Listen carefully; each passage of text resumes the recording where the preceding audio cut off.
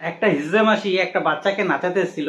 বাচ্চাটাকে নাচানোর পর বাচ্চাটার মা খুশি হয়ে মাসিটাকে কিছু টাকা দেয়। মাসিটাও তাতে খুশি হয়ে যায়।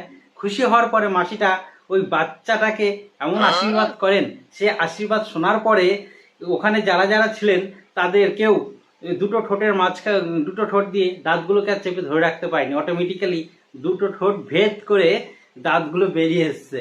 তো চলো একটু দেখি এবং শুনি কি আশীর্বাদ করছে মাসিটা। তোর বেটাকে একটা মন থেকে আশীর্বাদ করছি, শুনবে? তোমার নাতি হয়তো। আর জয় জয় হোক, মঙ্গল হোক, বিচি জুড়া ছোট হোক, বারাখানা মোটা শক্ত বড় হোক, ঠাকুমার সাথে পেট করুক, দিদিমার সাথে ধরা করুক, পাড়ার মেয়ে লোক জলে পুড়ে মরুক, হিজড়ে মাগিরা সাক্ষী থাকুক। সুমুদা মাসির আশীর্বাদ কেমন লাগলো তোমাদের? ভালোই লেগেছে। তো আমি ভাবছি আমার যদি কখনো এরকম ছেলে সন্তান হয় তবে অবশ্যই এই মাসিকে খবর দেব। মাসি যেন এসে আমার বাচ্চাটাকে নাচিয়ে দিয়ে যায় এবং এত সুন্দর আশীর্বাদ করে দিয়ে যায়।